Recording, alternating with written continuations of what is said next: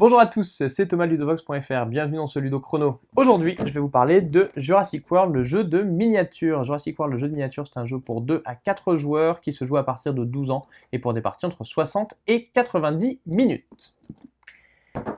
Donc le matériel que je vous présente aujourd'hui est un matériel de prototype, ce n'est pas l'état final du jeu. Donc dans ce jeu, les joueurs vont incarner des dinosaures, des héros des films ou bien des mercenaires qui vont s'affronter dans des scénarios ou dans des escarmouches. Au début de la partie, il va donc falloir un scénario qui vous indiquera quelles unités vous pouvez choisir et quels seront les objectifs du scénario.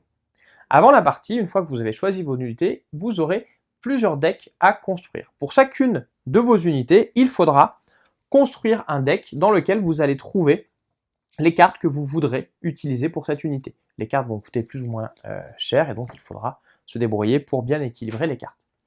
Vous aurez également un deck d'actions héroïques qu'il va vous falloir construire. Les actions héroïques qui sont à votre disposition dépendent des unités que vous avez choisies.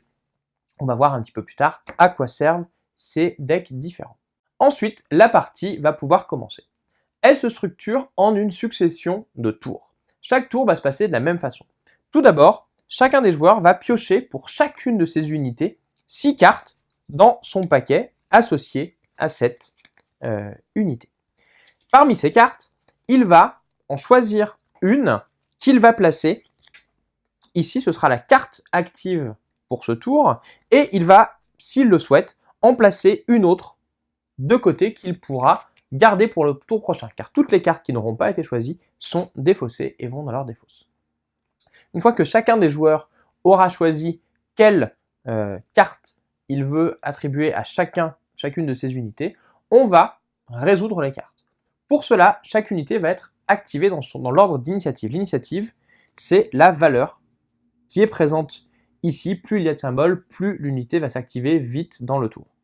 Donc dès qu'une unité s'active, on va retourner la carte et on va utiliser les effets et les éventuels bonus qu'on va trouver sur la carte. Sur la plupart des cartes, on aura d'une part des effets gratuits, des bonus gratuits, et des effets qui seront conditionnés par soit la dépense de ressources, on verra plus tard qu'est-ce qu'il y a comme ressources dans le jeu, soit par des situations particulières. Dans tous les cas, il faudra choisir un des deux bonus.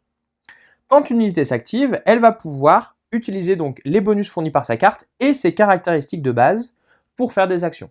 Elle va pouvoir notamment se déplacer en fonction de sa valeur de déplacement, elle va pouvoir attaquer et puis elle aura des valeurs de défense, d'esquive ainsi que d'autres caractéristiques qui vont lui permettre notamment d'attraper des ennemis ou bien même de les effrayer. Donc si une unité se déplace et par exemple va en attaquer une autre, on va utiliser la valeur d'attaque de l'unité que l'on va comparer avec la valeur d'esquive de l'unité adverse. Si jamais la valeur d'attaque est supérieure à la valeur d'esquive, l'attaque est réussie, elle va faire des dégâts. On va alors comparer la valeur d'attaque toujours avec la valeur d'armure et la différence indiquera le nombre de dégâts qui seront reçus par la cible. Quand une unité reçoit des dégâts, elle va perdre des points de vie, mais elle va également gagner autant de points d'adrénaline qu'elle vient de perdre de points de vie. Ces points d'adrénaline, ce sont une des ressources du jeu qui vont servir à activer des bonus d'autres cartes. Cette adrénaline, elle peut également être gagnée en défaussant des cartes héros. Alors ces cartes héros dont je vous parlais au début de la vidéo, ce sont des cartes que l'on a préparées là aussi au début de la partie. On s'est fait un deck de cartes héros et on aura une main de cartes héros qui va augmenter à chaque tour. C'est-à-dire chaque tour, on piochera de nouvelles cartes héros. Donc ces cartes, elles peuvent servir à augmenter notre adrénaline, mais surtout, elles peuvent servir à être utilisées une fois par 4 pour avoir des bonus temporaires. Par exemple, celle-ci me permet entre autres de gagner 2 points d'attaque pour une attaque. Une fois que la carte est utilisée, elle sera défaussée, je ne pourrai plus m'en servir. Quand le deck est fini, eh bien je n'en aurai plus pour la partie. Donc on va continuer comme ça à activer les différentes unités. En particulier, on pourra activer les humains qui ont une compétence que les dinosaures n'ont pas, qui est en général qu'ils vont pouvoir tirer avec leurs armes à feu. Les humains auront également une autre ressource qu'ils vont gagner à chaque tour. Et une fois donc que chacune des unités aura été activée, on va passer au tour suivant.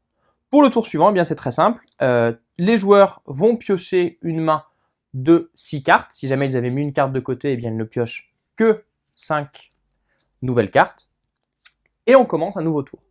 La carte d'activation qui a été jouée ce tour-ci va rester en place. Pourquoi? Parce que si lors d'un tour prochain, je rajoute une nouvelle carte par-dessus, et que sur cette nouvelle carte que j'ai ajoutée, eh bien, il y a une correspondance entre les icônes, je vais alors déclencher un combo. Ici, par exemple, comme l'icône de force apparaît sur la carte précédente, eh bien, j'aurai un bonus pour le nombre d'icônes de façon continue qui apparaissent sur les cartes précédentes.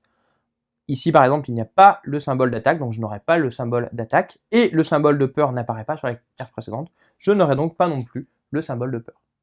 On pourra donc, en choisissant bien l'enchaînement dans lequel on va jouer les cartes, avoir des bonus pour chacun de nos tours. Donc l'ordre dans lequel on va jouer nos cartes est important, en plus des différents effets qu'elles vont nous apporter. On continue ainsi les tours jusqu'à ce qu'un des joueurs ait tout simplement rempli ses conditions de victoire, et dans ce cas-là, la partie prend fin et il a gagné la partie. Jurassic World, le jeu de miniature, c'est donc un jeu dans lequel il va falloir bien choisir les unités que l'on prend, quelles cartes on choisit dans nos decks, et surtout choisir dans quel ordre jouer nos cartes pour utiliser au mieux nos unités et remporter la victoire. Voilà, vous savez presque tout sur Jurassic World, le jeu de miniature. Maintenant, à vous de jouer, et à bientôt sur ledovox.fr.